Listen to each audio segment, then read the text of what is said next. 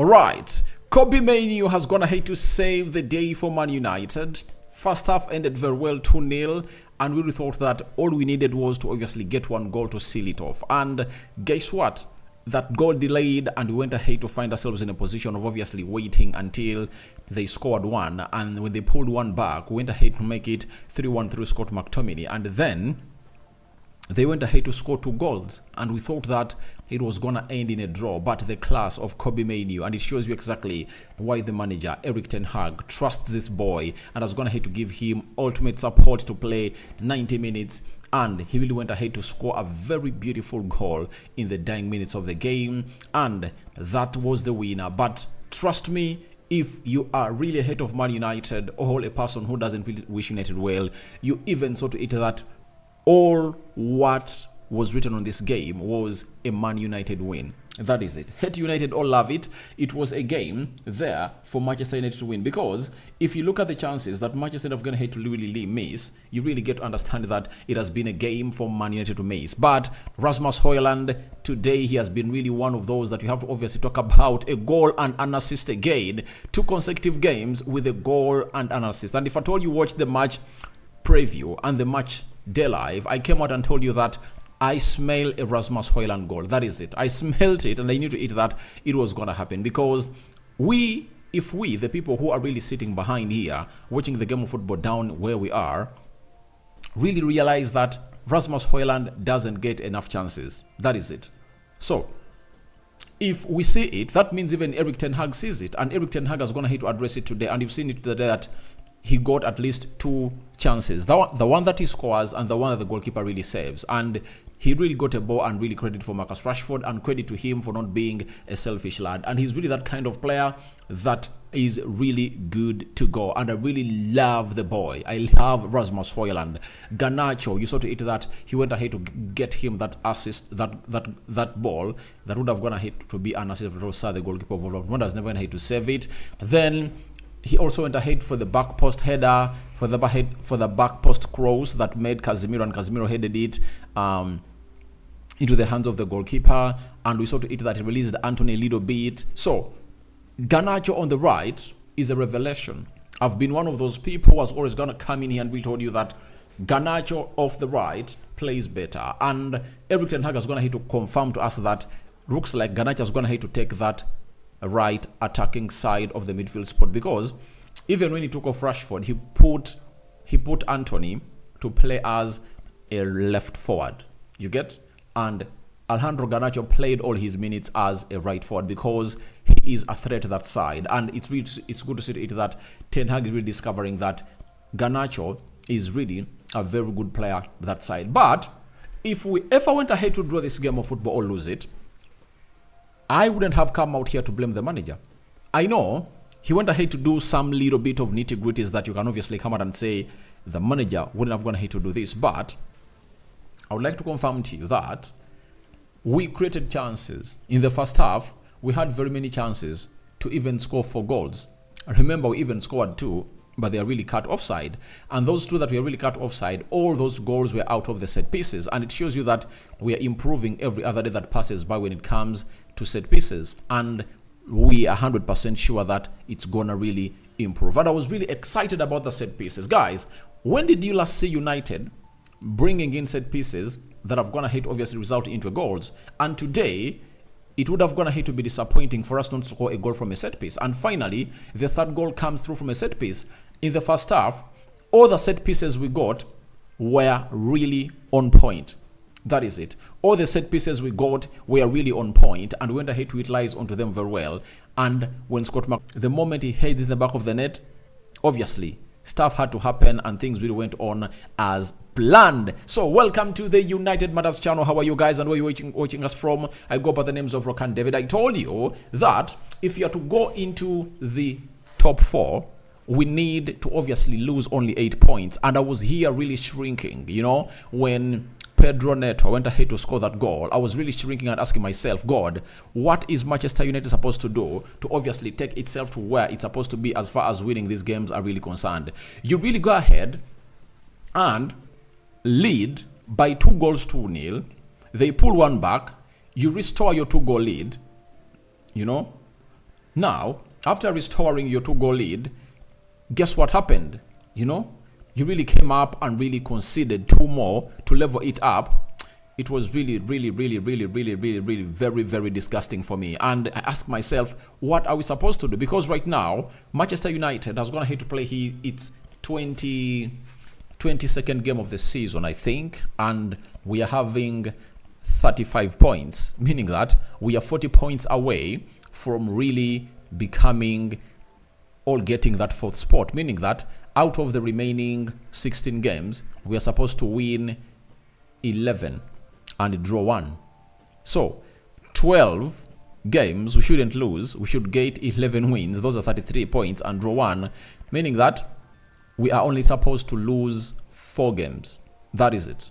We're only supposed to lose 4 games. So we have to obviously keep going and really take it where it deserves to be. But it has been really a very good game of football being played at Mainoo. And to me, for the first half, and I think for the first half 1 hour, I think we played the best game. But you saw to it that every time we really lose our first team players, you see that there is really a drop-off.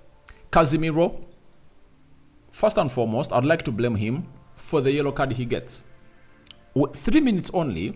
Why do you commit yourself to obviously go ahead and really make a foul like that when you're really playing towards the touchline? You are having very many players in our area, and you go ahead and really commit yourself to make a stupid foul and really get in a yellow card. It's the same yellow card you got when you're playing Newport, meaning that he can't really read the game. And I know the problem of Casemiro is that he has just returned from injury, and this is his 2nd competitive game. The other game he played against Bristol City was a friendly, but I know he really looked really good. To me, he looked good, but if it was not because of that yellow card that he got, right, at the beginning of the game, even if he really made United concede the penalty, Ten Hag wouldn't have gone ahead to get him out of that game, because you need to eat that. He wouldn't have gone ahead to be having a yellow card, But the problem why Ten Hag took off Casemiro was because Casemiro had a yellow card. And after that yellow card, Ten Hag couldn't risk, because he was just 1 foul away from getting what we call a second bookable offense. And after that second bookable offense, guess what happens? He goes out missing. And remember, he is really good. And he saw to it that when he really got out of that midfield, you saw lots of changes. Because when he was playing there with the Kobbie Maino, you saw to it that they couldn't really get through that midfield. But look at how we concede the 3rd goal.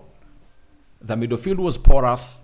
When Casemiro was taken off, everything really turned out to be really one of those that you could think of not going our way. And secondly, what made it rough? Taking off Lisandro Martinez, looking like he had an injury, and the metatarsal is really a problem. I've gone ahead to say to it that an ice has been really wrapped around his foot that really had the metatarsal, and I think it's really going to be hard for him to obviously be consistent. Yet, when he's available, you see to it that we play very well into that central defense. And he is getting out, went ahead to disorganize that entire team of Man United, and he saw to it that we couldn't obviously match the levels at which you're supposed to be playing at. Then you take off Rashford, you take off Rasmus Højlund, and what does that mean? We should go ahead and really get in players that really match the levels of players that play into the first team. That is it. Because the moment you really get off players and bring on others, there is a downgrade. You've seen a complete downgrade into the team. You've seen it, because we were really playing very well when we were really a first 11. Our first 11 was really good. But guess what happens when that first team gets problems? Casemiro out, Lisandro Martinez out, See what happens? We get back to the team that we were, meaning that we need to obviously get ourselves in better positions of signing players that can match the levels of our first team players. It has shown us that we can beat any team when you're having our first team. Look at how we dominated Wolverhampton Wanderers. We really shut them down. That was a complete shutdown, and chances were there for us to kill them off, and we didn't really kill them off. So I think the best that has ever gone ahead to happen to Man United is Eric Ten Hag. 1, 2, Ineos coming in through, and 3, the players that we're having from the academy. When you look at how Kobbie Maino comes in through and obviously kills off that game. Complete class. He is 18, and I've heard Owen Hargreaves saying that he plays like he's 28, yet he's 18, and he still has a lot to offer to the game. The way he inverts, gates through those small pockets of space and decides that it's my moment. I'm not going to really give this ball out. I'm going to go in for a far post curling effort into the back of the net. I told you, this is a different kind of player altogether. And everyone who is outside there and you support England, you should be excited that England is getting another player who can really play at the same level as Jude Bellingham. And I'm sorry to say, Kobbie Maino is a classimo player. That is it. He's silky, and that goal he scores has gone ahead to make it 2 in this season, and that is his first Premier League goal ever for the club of Man United. And wait a way to open your account with a goal like that when everyone was really looking at the world, and Ten Hag had gone ahead obviously hold his head in disbelief after Pedro Neto came up through and obviously went ahead to see to it that the team of Manchester United levels 3-3. But on that goal that we concede, you look at what Antony does. You know that the entire team was going ahead to press, and he tried to go through a forest of legs. Guys, Antony, to me, Antony shouldn't be here. That is it. He has done this more than enough. I can't count, guys, I can count you very many games where Manchester United has gone ahead to lose because of Antony. I can count you very many games like that. He loses the ball at the edge of Tina's box area and he doesn't run, because if he really knew what exactly he had to do and he was really fighting for the team, no sooner had he really lost that ball, he was supposed to start tracking back immediately. And what was funny is he doesn't run as supposed to run, and players that had already been on the pitch playing 90 minutes track back faster than him, yet for him, he came in through around the 70th minute. That was really bad of him, and I felt like he should even not get onto the pitch again. And you really understand why Ten Hag never went ahead obviously start him. And I ask myself, what does Amad Diallo have to do to get into the starting 11 of Man United? That is my big question. What does Amad Diallo have to do to get into the starting 11 of Manchester United? Again, Amad Diallo has been left on the bench and Fosun Omori has been really got onto the pitch. That is really very, very, very, very disgusting. And I'll go ahead and really ask Eric Ten Hag then, why didn't you loan Amad Diallo? Why didn't you loan him? Because again today, you've not gone ahead to get him on the field of play yet. He's better than Fosun Omori, he's better than Antony, and he doesn't get a place to play into the team. I'm really asking myself, what does this young lad has to do to get into the team of Manchester United? Because the Antony you've gone ahead to bring on has gone ahead to obviously almost cost us a game. The third goal, it's Antony who loses the ball at the edge of the Tina's box area of the opponents. After losing that ball, guess what happens? We concede the third goal. And does he track back? He doesn't. He doesn't track back. Very stupidly like that. And you expect me to come here and really not really slate Ten Hag a little bit for that, because this boy is really childish. He plays childish football. This is not a player you need in such moments. I believe Amad Diallo can put in a better effort, and trust me, I would get Fosun Omori on ahead of Antony. And this is the time that Ten Hag is supposed to admit that Antony is a damaged product, and he should admit that he made a mistake. Teams have gone ahead to make mistakes. They've gone ahead to spend big on players, and those players have not gone ahead to work out well. And you have to admit a mistake, and he shouldn't force Antony on the pitch to really go ahead and really get into the team.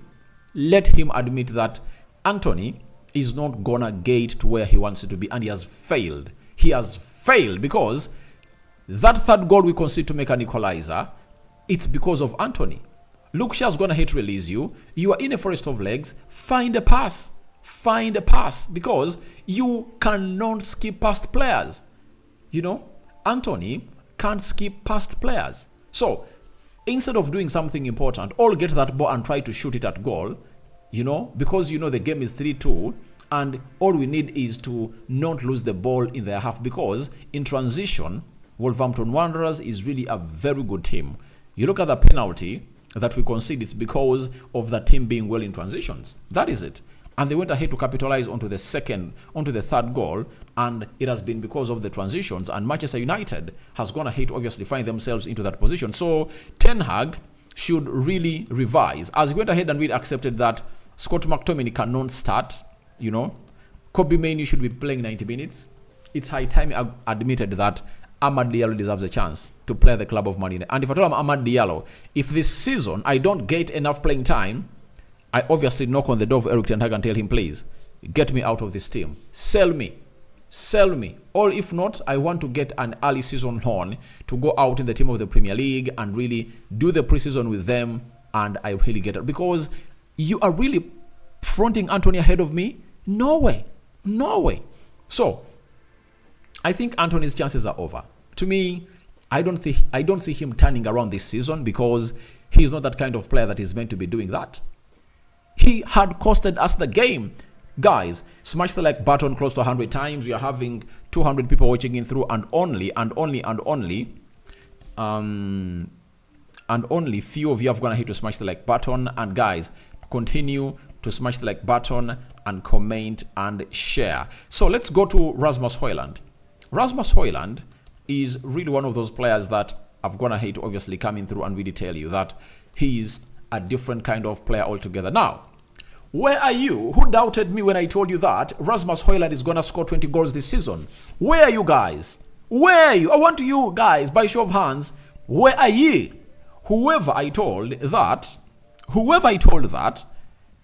Manchester United is gonna come out and have a number 9 donned in the shirt number 11 and score 20 goals this season, and doubted me, where are you at? Show me yourself. Present yourself to me, because I told you this and you thought I was joking.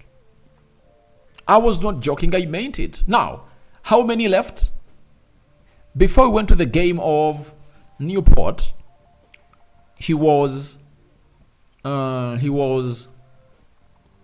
think he had gone ahead to score 1 in the Premier League, I think 2 goals in the Premier League, and he had gone ahead to score 5 in the Champions League, and his tally was at 7. You get?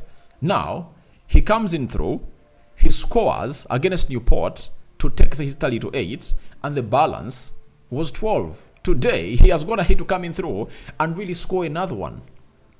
And I hope you guys have gone ahead, obviously, get to know that it's Rasmus Højlund into the mix, scoring his 9th goal of the season, and that is his 3rd Premier League goal of the season. Many of you came out and doubted him. You thought he's not a 20-goal striker, but he's now having 9 goals into his season, and that is really very important. And I would like to obviously flash something for you onto your screen from what we call Opta Joe. This guy is really a king of stats, and this is a record that he has gone ahead to set. Today, Rasmus Højlund has gone ahead to break the record of Ronaldo as the youngest ever Premier League player to score a goal and assist in 2 consecutive Premier League games. And they read, Rasmus Højlund has now both scored and assisted in each of his last 2 Premier League appearances at the age of 20 and 362 days, meaning that he's left with 3 days to obviously make it to 21 years of age. He is the youngest Man United player to achieve this, with Ronaldo Cristiano the previous youngest, aged 21 in 2007. Impressive. Now, you hear what the boy has gone ahead to do? This is Rasmus Højlund for you, coming in through and setting the bar so high, and he is the first player. And trust me, the game we are playing over the weekend on Sunday, he's going to really put in a very huge shift. He might obviously get in a goal and an assist again and really take it far and far and far. Congratulations to Rasmus Højlund. That is his 3rd Premier League goal of the season, and that is his 9th goal of the season. 11 left. Guys, If you really like Rasmus Højlund and you believe Rasmus Højlund is gonna really hit 20 goals this season, smash that like button, guys. Smash it like no other, because I'm really, really, really very charged up, believing that he's gonna make it. This lad is gonna make it, and nothing is gonna stop him, because it looks like his combination with Marcus Rashford has gonna hit obviously gate high in the sky. For the game of Tottenham Hotspur, who gives him an assist? It's none other than Rasmus Højlund. Today, who gives Rashford the assist for the first goal? It's Rasmus Højlund. But my worry is Rasmus Højlund is not reciprocating the love. That is my worry, because I'd love to see Marcus Rashford also going ahead to intentionally create a chance for these Danish centre forward. I would like to see that, and I want to see it intentionally. But we look at Rasmus Højlund, he can find Marcus Rashford anytime. You get? But why doesn't Marcus Rashford find Rasmus Højlund? That's what we call about selfishness of the highest order for Marcus Rashford. But for Rasmus Højlund, he's a selfless guy. He has gonna hit obviously tell us exactly that I'm here to score goals, and I'm not gonna stop. And an assist for him and a goal. What a way to obviously kickstart off his United career. I told you that for the first months, this guy is like having what we call a pre-season. That's what I told you, that the guy is like having a pre-season. And Ten Hag hinted about it in the press conference that the communication between Rasmus Højlund and Rashford is really growing up. And we all had our own reservations. I myself came out and said I wouldn't start Marcus Rashford. You remember that very well. I said I'm not going to start Marcus Rashford in my match preview. But Ten Hag is going to have to prove us right that Rashford was needed today, because he had to get us in front, and it was 1-0. Then later, Rasmus Højlund capitalized onto that cross between by Luke Shaw. And you remember very well, I told you that the more we obviously get our fullbacks into action, then a lot will happen. And who releases Luke Shaw? It's Marcus Rashford. Some beautiful play for him, and I would like to see him really go in for such moments to really prepare us for more good news. Because the moment Luke Shaw overlaps, just release him, because he has traveled way back from our half into the half of the opponent, meaning that it's going to run close to 100 meters on the pitch. So that is exactly what is supposed to be in the club of Man United, and no one is really going to stop that from happening. Diego Dalot, you saw to it that he also was involved into very many goals today, and into the first one and second goal, he really played a very, very, very beautiful part into that game of football. So those goals have been really important, and Ten Hag looked like everything he was pressing on got results. When he took over Casemiro and brought on Scott McTominay, you know what happened. It was all about McTominay scoring the third goal for Man United, and that happened no sooner. We had just gone ahead to really concede. And it shows you that if you have a better player than Scott McTominay, things will happen. Like, if I think we had Amrabat on the bench, Ten Hag would have gone ahead to get in Amrabat, because you need to eat that Amrabat was going to really shield that back four very well, and Kobbie Maino would have gone ahead to get license to play into further positions of the pitch. But you saw today that Casemiro and Kobbie Maino were told by Erik Ten Hag not to commit a lot, because they knew how deadly this team was and how this team is a counter-attacking team. What they did was, let's capitalize onto the fullbacks to move. That is Luke Shaw and Diego Dalot. Then Garnacho, Rasmus Højlund, Bruno Fernandes and Rashford to obviously create the havoc. But you saw to it that in the first half it was hard for us to be really penetrated through, because all we had was a double pivot that was not really moving. And for Bruno Fernandes, I saw to it that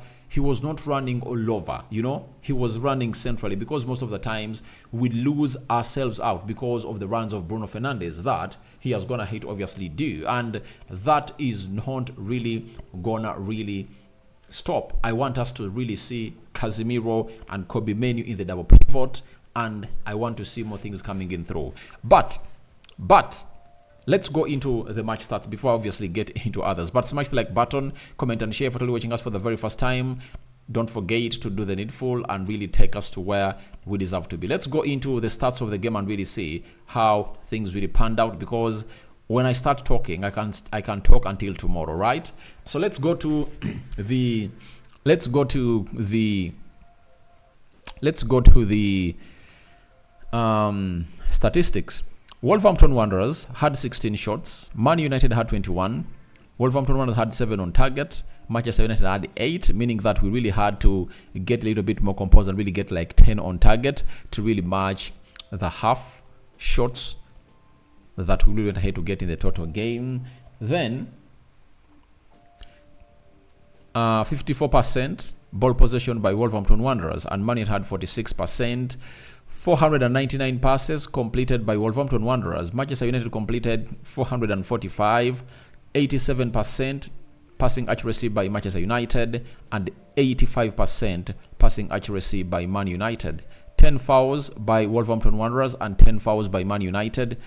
2 yellow cards to the club of Wolverhampton Wanderers and 5 to the side of Manchester United. And this is really very, very bad. But you know what exactly it means when you're playing against Wolverhampton Wanderers. And I know people are saying, Ten Hag, what. But guys, go ahead and really read through the research, you know.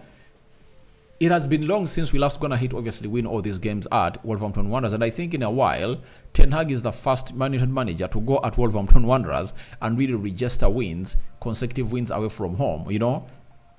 Last season, we went ahead to beat Wolverhampton Wanderers home and away, if at all I'm not mistaken, you know. And even this season, we've gone ahead to do that. Remember, it was the opener game at Old Trafford of the Premier League. We beat them by 1-0. And we've gone ahead to obviously beat them by 4-3. And last season, Ten Hag beat them by 1-0 and kept a clean sheet. So, it's really very important for us to really go into the records and know how hard the game at Mainoo is always been at the club of Manchester United. But it looks like we've gone ahead to obviously overcome this. And since the start of 2024, we haven't lost any game. That is it. But I think we've only kept 1 clean sheet against Wigan. We've gone ahead to concede very many goals. That is an issue I'm going to address later. Now, 0 red cards to both sides, 1 offside to Wolverhampton Wanderers, and 2 offsides to Man United. Then 4 corners to Wolverhampton Wanderers and 5 corners for the club of Man United. And we really had a lot of work to put in the set pieces. And today, I credit the set piece manager because there was intent to score set pieces, and you saw to it that 2 out of the 2 goals ruled out because of offside.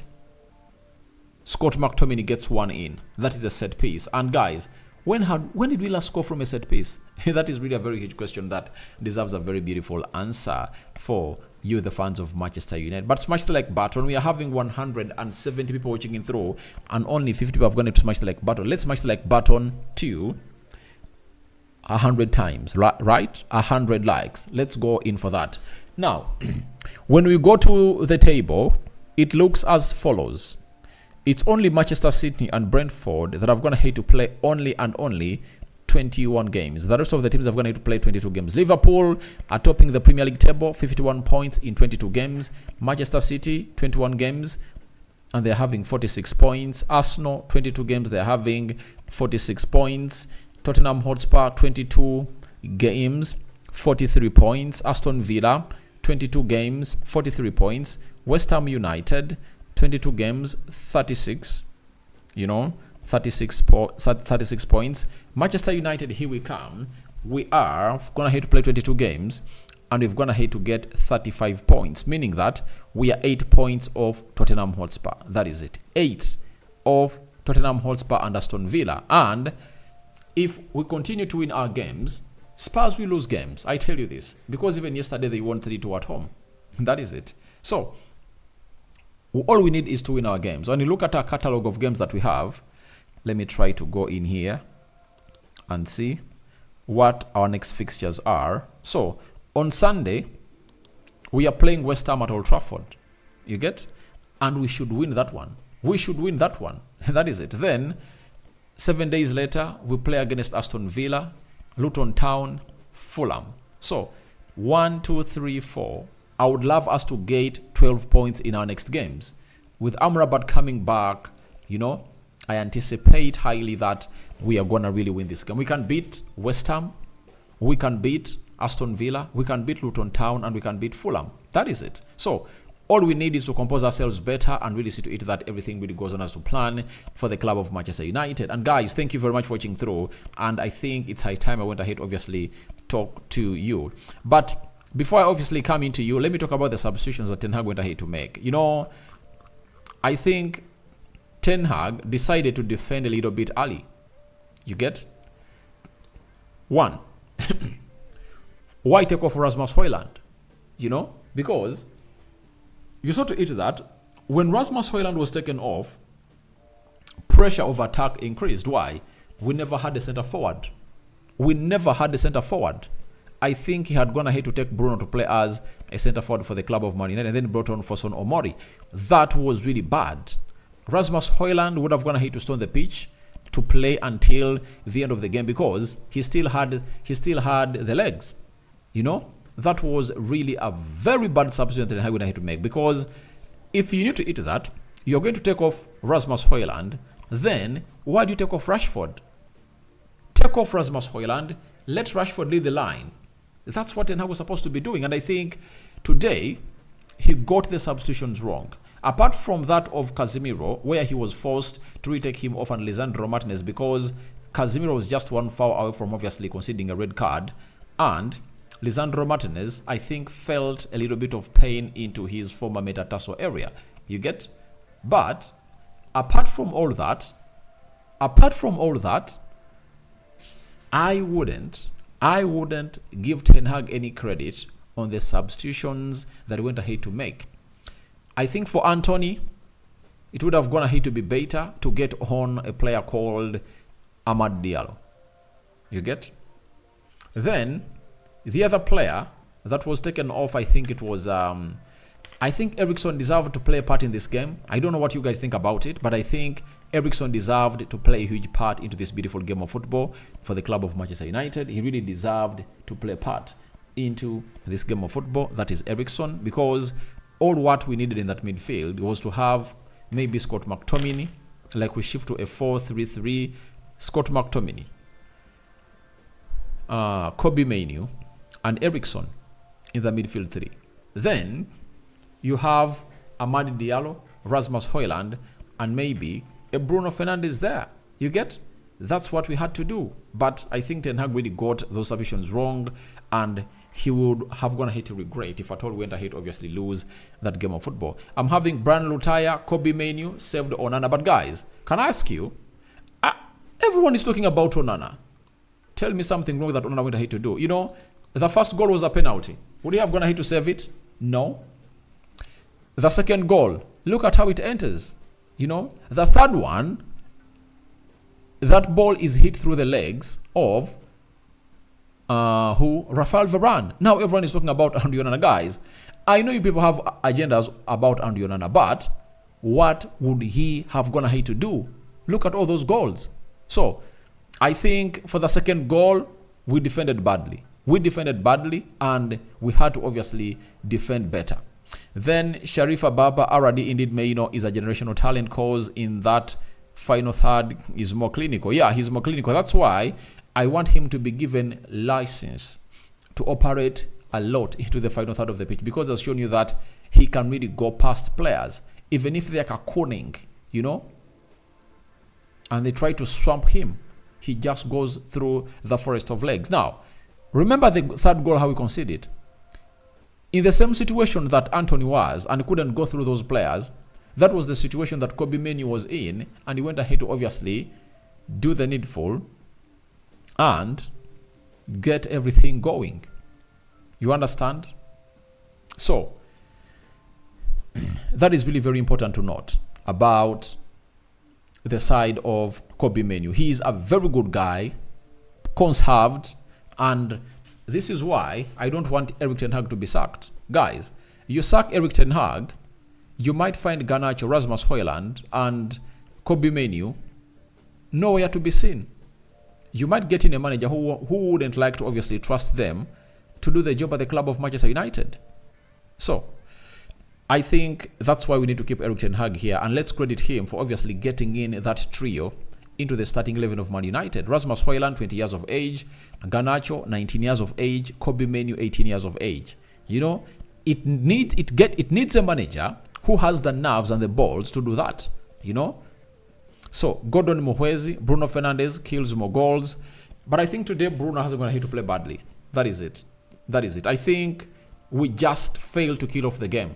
And the substitutions that we are called for, especially Casemiro and Lisandro Martinez missing in that team, those are really huge misses. That is it. That's why you saw to it that when they got off the field of play, Wolverhampton Wanderers started to attack us left, right, and center, because those two are really important in the way that we play.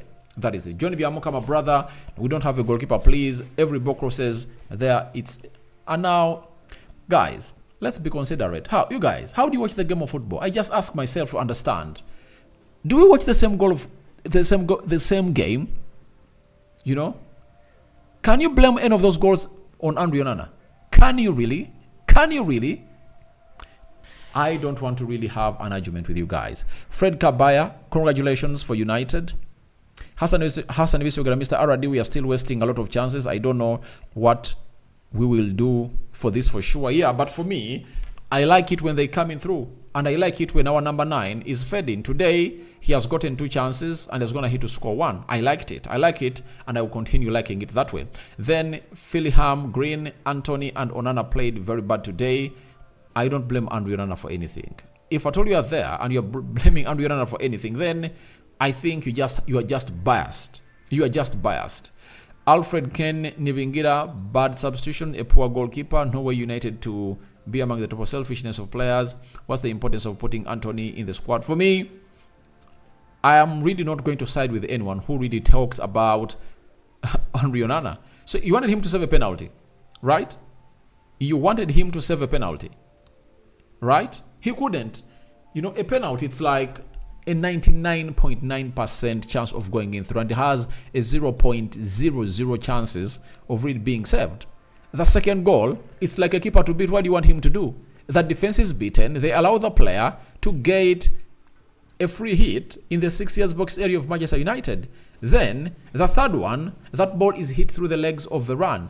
You know, Varane is obstructing the goalkeeper. The ball is hit through his legs. What do you want him to do? So, for everyone coming with and saying, Onana is the problem, guys, I think you guys are just having a problem. And I remember, every time Andre Onana is going to hit to cost Man United a game, or really, we've going to hit to concede a goal because of him, I've come out and really slated him. So, this time round, I see no reason for slating that guy. Erina Ochan, Scott and Kobbie Maino are my players today. Yeah, but I think for me, that goal of Kobbie Maino is gonna let people forget about what Rasmus Højlund went ahead to do today. He really did a lot. He did a lot. And I know Kobbie Maino is a man of the match contender, and Rasmus Højlund is also a man of the match contender. So, all of those two are in the mix. But for Scott McTominay, I don't really buy your thought about him. Hassan Visegara, Onana, alright. Happy Chris. Guys, congratulations. We are almost losing it due to poor decisions made by the manager. To me, I blame Eric Ten Hag for substitutions he made to bring on Antony. That is it. Because you've gone ahead to get Casemiro out because he would have gone ahead to get a red card. Lisandro Martinez injured. Then, what do you have to do as a team, as a manager? I think you have to really have a plan on players who can really get hold onto that ball, because I know Ahmad can do it. Amad Diallo can get hold onto that ball better than Antony.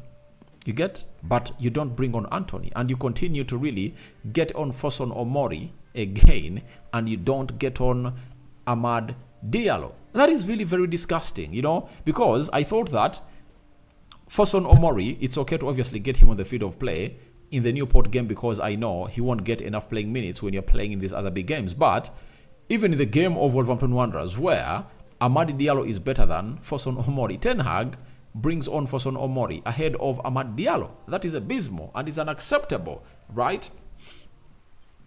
But I'm having Isabel Ronald, Molinda, Aradi. It was a hard game, but Mainoo, my man of the match. All right, thank you very much. Samuel Mwaniki, not bad, big up boys. Thank you for watching through. Nuhu Cheyune, Mainoo is class of 2024. All right, he's really an exceptional player. And great, Onana should leave Man United. No wonder they dropped. Guys, that's just an agenda. I'm not going to obviously come in through and obviously react to anything concerning Andre Onana. If you think you've gonna hit to watch the game of football, You think Andrew Onana costed us all those goals? That's what you think? How many goalkeepers can save penalties in this world? 1. 2. How many goalkeepers save keeper to beats? 3. How many goalkeepers save balls hit through the legs of the defender and there is a slight deflection? You know? So guys, let's don't obviously be people who will have personal vendettas on players. Let's admit that all those goals came in through because of poor defending. Asimo Ibrahim, Rokani, how are you? But Onana is deceiving us, Vanange, and I remember our fantastic De Gea. Guys, even De Gea went ahead to concede goals, you know? But you think, let me give an example. The good example is when we lost to Liverpool, 7-0. You get? So, is there any goal that you would blame David De Gea for not saving? All right. Last season, Arsenal beat us 3-2 at their stadium. Do you blame David De Gea for any goal? Last season, Manchester City beat us 6. Do you blame David De Gea for any goal? So let's be realistic and let's not try to obviously be so self-centered and having personal agendas to see to it that we really miss out onto the point. You know? Senda Gide Joshua, for sure. Which stupid goal did Andrew Onana give? I want someone to come in the comment section and tell me which stupid goal did Andrew Onana give. That's what I want to hear. Alex, Onana doesn't learn from his mistakes and the coach continues to let him. Which mistake did he do? Which mistake did he do? And I'm just looking at people talking about sacking Eric Ten Hag. You guys, do you know what it means to lose Eric Ten Hag? When you lose Eric Ten Hag, if you're Kobbie Maino lover and a person who enjoys him, right? Say goodbye about him, because a new manager will come in and says, I'm not here to groom players.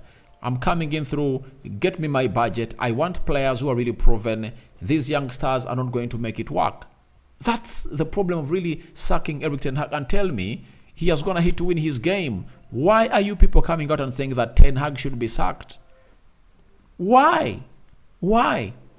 He has the best winning percentage in the Premier League. You know, his percentage of winning is better than that of Sir Alex Ferguson, Mourinho, Ole Gunnar Solskjaer, Louis van Gaal, Pep Guardiola, Mikel Arteta. So you are having one of the managers who is just in his second season and is having one of the best winning rates in the season. You know, so don't undermine Eric Ten Hag. You get? He's a very good manager, but look, you are losing Casemiro.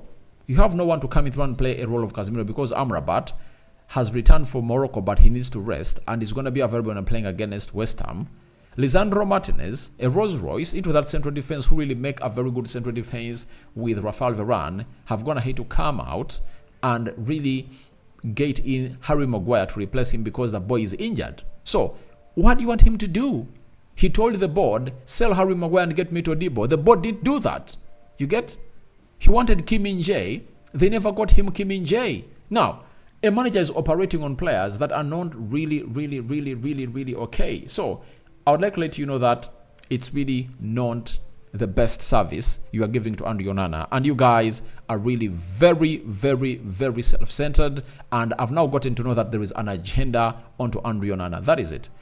Charlie Charles, Bruno is good for supplying the ball. The big problem is Onana and Garnacho. I think everyone watches this game of football differently. That's why sometimes I just read a comment and don't react, because most of you will say I'm really one of those that isn't really good. So smash the like button close to 100 times, right? Then I'm having Fred Kabaya. My prediction has gone as predicted. All right, thank you very much. Thank you for watching. Hassan Bisegera, we need Amadou Onana, Kone and Andre Trindade in our midfield.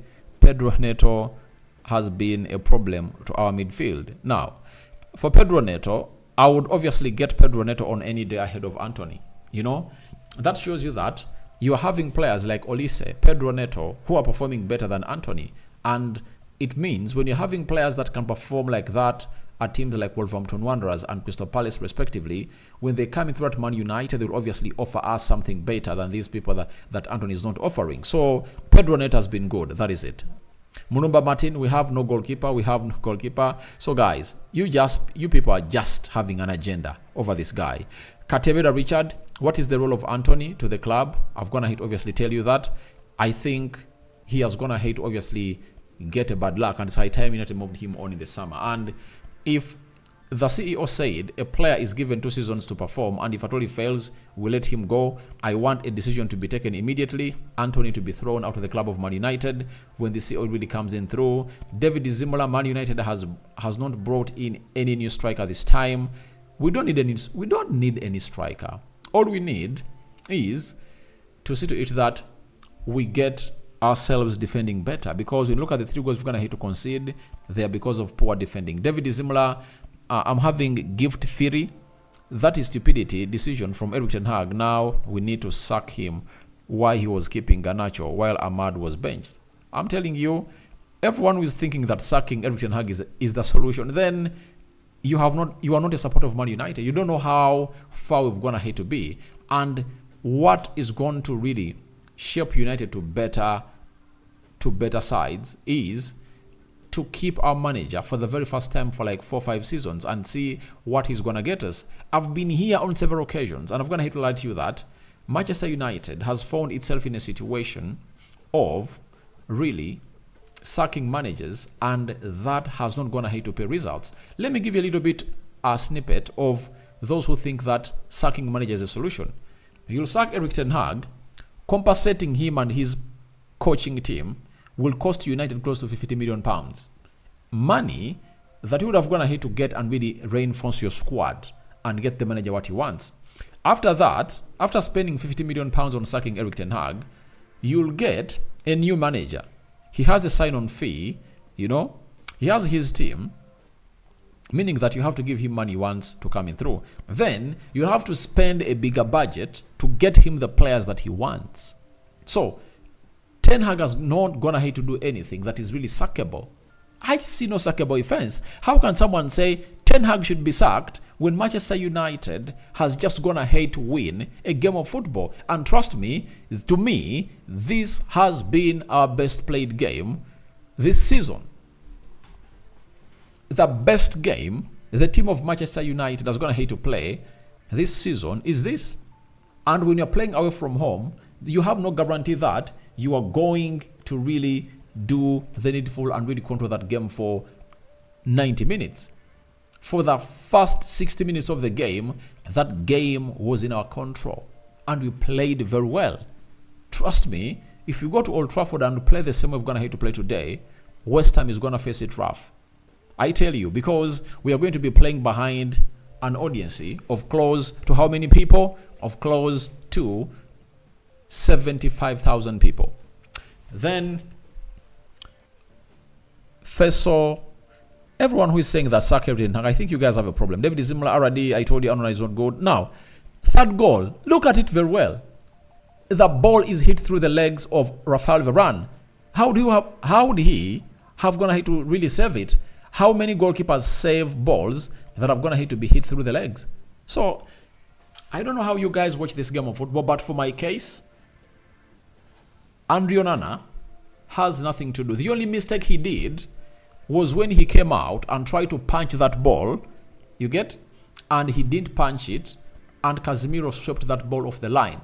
That's the only mistake I saw Onana do. He came out, tried to punch that ball and missed it, and the player of Wolverhampton Wanderers headed it, and Casemiro cleared it off the goal line. That's the one mistake I really saw.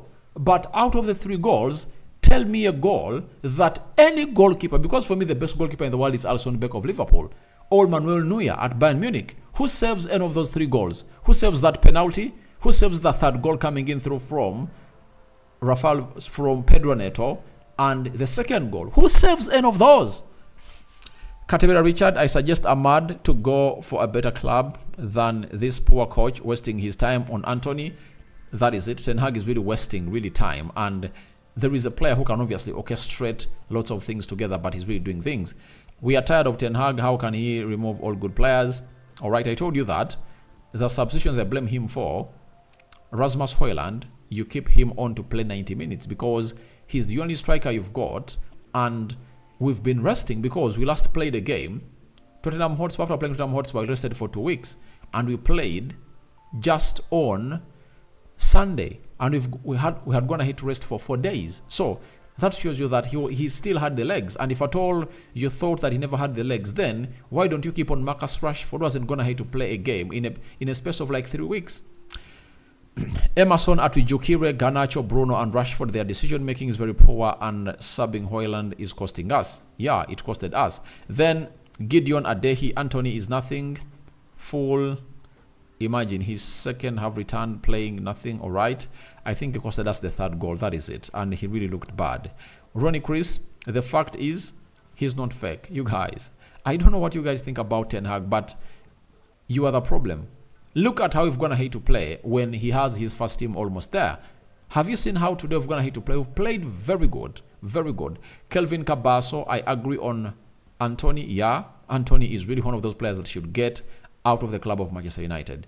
Mustafa Kasamba Aradi, why not let Onana go and bring David? Guys, I'm not going to even respond to you because I've gonna hate already explain to you. If anyone is blaming Andrew Onana today, what are you blaming him about? What are you blaming him about? Green Aradi, talk about Onana. He don't deserve to put. He deserves to put on that shirt because he's a very good goalkeeper. You know, and don't judge any player the club of Manchester United in his first season. I don't know why people are really so judgmental like that. You know, the reason as to why I'm really judging Antony like this, it's because this is his second season at the club of Man United and he's not performing very well. I have to obviously judge him and really tell him, please get out, because you are left with just 3-4 months to prove yourself. And you've not yet gonna hate to prove yourself when you're playing against big teams. Against Newport, you put up an assist and a goal, and today you are brought on and you can't even skip past players. You are the reason as to why we lose the ball and really concede, and you really trot back when we are conceding a 3rd goal. That is not a player of Manchester United. Antony doesn't deserve to be at Man United. But you tell me Andrew Onana, I cannot say that sack him right now and sell him. He has not even gone ahead to do his first season. Andrew Onana has gone ahead to keep, I think, the 2nd most clean sheets in the league. He has 6. You know, the goalkeeper of Liverpool has like 7. So let's really be real. You know, Gift Feed. I'm not going to read your comment. Hassan Bissell got Antony out, Martial out, Maguire out, Nico Williams, Ironi. I admit that Antony out, Anton Martial out, Maguire out, Aaron Wan-Bissaka out. Who else should go out? Lindelof. All those should go. You know, all those should go, and let's get in players that are going to get us where we deserve to be. Nuhu Antony came to lose balls. Very, very disappointing. Very, very disappointing. And everyone's saying that bring back David De Gea. Football is not meant for you. That is it. Richard, why to bring on Fosun yet Ahmad is on the bench? We don't have a coach. Ten Hag really has gone ahead to do that mistake. Very huge mistake. In a game of such pressure, why do you bring on Fosun? Yet you're really having an Amad Diallo who can obviously do the job. John Sozi, Ten Hag is the problem of the team. I don't think that is a problem of the team, because if he's the problem, then why don't you obviously first side out the Glazers? Because they went ahead to obviously not get him the players wanted, you know. So I also want to see Ten Hag working under Ineos, you know, with Omar Berardi, the CEO, and I see how he's going to really operate. Then Blessed Grace, yes, it's true. Then yes, why he didn't use Ahmad Diallo and bring, I've gone ahead to call out that, but I wouldn't like to obviously go ahead and really blame him because he has gone ahead to win the game. That is it, because any manager is proven wrong when he loses. He has gone ahead to win the game and he is the winner, and there is no way I'm going to blame him like that. But for Ahmad Diallo, he had to be on the field of play. That is it. Then Man United should change Onana. Guys, I'm really fed up of these Onana comments. I don't know why people are really having a very bitter tongue onto this guy. Isaac, United for life. Given youth chances, will develop them. They want to excel, and Antony need to be sold. He's never a United player. Ten Hag should have brought in Ahmad. Instead, we lost some chances. He's very selfish. Yeah, Antony shouldn't be getting ahead of Ahmad Diallo. That is it. That is it. And if at all Ten Hag is really serious, he should get to know that if it's not because of God's chance that the Holy Spirit sits onto Kobbie Maino and he really gets out his best skill to score the 4th goal, that would have been really another game that everyone would have wanted to ask, why did you get on Antony? Why did you get on Antony when you have Amad Diallo? John Sozi, I want Onana to be in the goal of Man United, and I support him to be there because people are really having a personal vendetta of this guy. If anyone comes out and blames Onana today, I will ask myself, what eyeballs have you been using to watch this game of football? Have you been playing FIFA? This is real. This is real. Musa Ahmed, everyone talking about Onana. Then I've gotten to know that now there is a huge sector of people on this channel who really want, who just have personal issues or personal grudges with Onana. Gideon, please change. Guys, Onana is a liability. Kobbie Maino said not today, right? He said, love rain, thank you very much. Kahande, 10 is a problem. How is it the problem to the club? A person who came out and told the board to get him players that he wanted, they never got him them, and they never got him the players he wanted. How is he a problem to the club? To me, I think it's not a problem. The Glazers are the problem that we're having, because if we had a competent board, they would have gone to sit with Eric Ten Hag and tell him, please, we're not getting in this player because of such and such a reason, and we are getting you this. Emerson for Antony should be arrested or go back to Brazil. Antony is really off. Paul, I'm really happy today. All right, thank you. We're also happy. United for life. Højlund is a goal getter. He's a good lad. In love with him. If only Ahmad can be a pair for him at the right hand flank. Yeah, I think Ahmad can really create very many chances for this lad because Ahmad is really a special talent. Gideon, I'm not agreeing with Andy Onana. I'm not agreeing with you, you know. And at the end of it all, Andy Onana is going to come and compete for the Golden Glove of the season. What are you going to say when he wins it? You know? So, Angedo David, I wish I could contribute to pay Onana. But why are people having... Mackay's Højlund is another class. Very, very class player. Stop using Evans, Maguire. All right. How do we put Antony in the deal that brings Nico Williams to Man United? I don't really rate Nico Williams, Bisegor. I'm really sorry to say. The player we need is an Olise, is a Pedro Neto. Those are the caliber of players we need. You get? And I think Antony should leave and let's get in either Mason Greenwood back or we get in Olise. That is it. Because I think Pedro Neto is going to be an Arsenal player next season. Bruno also makes a lot of wrong passes. That is Anzoku Lois. I think the weirdest pass that he really went ahead to do was when he was released by Rasmus Højlund and he tried to really curl that ball and really to Garnacho and he couldn't. Put in a very bad effort. Kayongo Johnson, I will no longer trust and believe. What has Onana done? But what has Onana gone ahead to do? Everyone is talking about Onana, you know. Isaac for life. Many United fans don't know what powers Højlund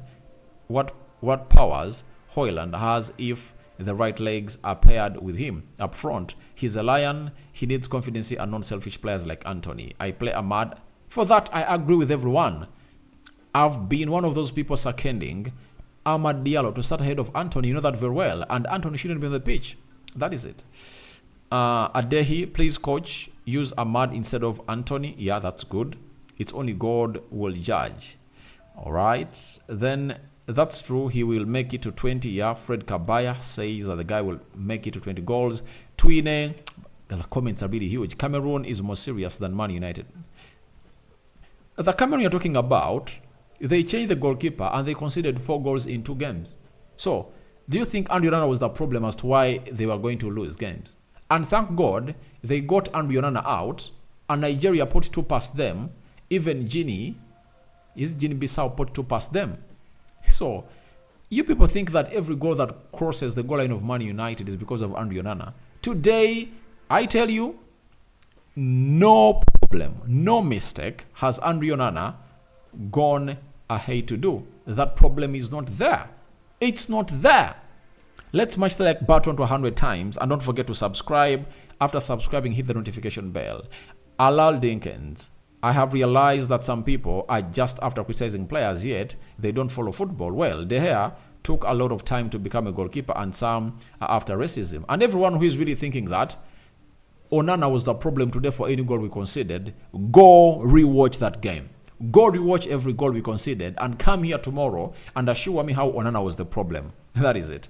Kelvin Cabasso, second choice goalkeeper, is managed number 1. What a joke. I don't really believe in you. I think Onana is a better goalkeeper than Atre Bendair, because if Atre Bendair was a better goalkeeper, why is he at Fenerbahce? Why is it that he accepted to become a second choice goalkeeper at the club of Man United? Because any goalkeeper who is really good enough and knows that he's really good, and very many clubs are interested in him, will denounce that interest from Man United and say, I'm not going to be a second choice goalkeeper because I'm good enough to play for another big team. Look at Suzuki, that Japanese goalkeeper you're looking to bring in at the age of 19 to be the understudy of Andrew Onana. He said no. He went to Belgium, and he is the first choice goalkeeper of Japan right now. So he knew he was good enough, and he never deserved to be a second choice. Bendair came in through knowing that he's going to be a second choice goalkeeper for the club of Man United, and he's not better than Andrew Onana. No way. Andrew Onana is a Champions League finalist, you know, putting in very many saves last season in the Champions League. No player went ahead to do that. And everyone will come out and really look at Andrew Onana on the mistakes when ahead to make it the Champions League, because we all believe that we're out of the Champions League because of Andrew Onana. That is what you get. In the Champions League, away at Bayern Munich, he costed us. Away at Galatasaray, he costed us. Even that Icardi goal that gets the game into the hands of Galatasaray that we lost at Old Trafford, the way he goes down before even Icardi chips that ball past him was really very disappointing. So in 3 games, Andrew Onana in the Champions League costed us, because we would have gone ahead to obviously get a draw at Bayern Munich. That means we would have gone ahead to get 1 point, and Bayern would have gone ahead to get 1, take 2 from their points. Galatasaray wouldn't have gone ahead to obviously beat us. You get? Because Andrew Onana went ahead to give away blind pass, and 2 goals costed by him. You understand? So as a club of Man United, I think it costed us. But that doesn't take away his quality as one of the best goalkeepers in the world. Onana is one of the best goalkeepers in the world. But I admit we are out of the Champions League because of him. Kakuru Vian, how far with Man United sign Zambrano? Not close. Maurice Chalo, Onana isn't flexible. Antony is just a liability. So, Sick Entertainment, I expected Ama to play today. I too did. Kakuru Vian, even we lose and my boys score, that is Rashford, Højlund, and Kobbie, all Garnacho, I don't mind. I'm a United fan forever. Thank you for watching through. Oquil, Stefan Onana. Onana is probably not. Don't.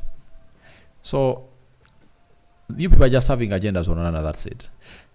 Okrol Steven, why is that you're supporting him? Now, I'm telling you the facts. Those are facts. Go out and tell me that today we've gone ahead to concede goals because of Andrew Onana. I've told you that we were out of the Champions League because of Andrew Onana.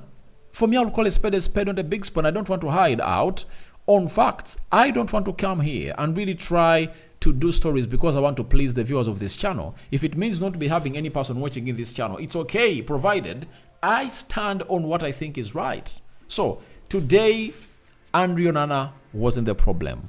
In the Champions League, we are out because of Andrew Onana making huge and horrendous decisions that costed us goals in the games of Bayern Munich and Galatasaray combined. Though he saved the penalty, but it never really helped us to get ourselves to the next level. Thank you guys for watching through. Rock and David remains my name, and it has been really a very long walk together. Almost 5,000 people have gone ahead to watch in this video, and I sign on for now. See you later. I cover you all in the precious blood of Jesus Christ, and may the living to God bless you abundantly. I'm out. Barakallahu fikum and Juma Karim to the Muslims. Everyone has been part of this channel. Thank you. See you when I will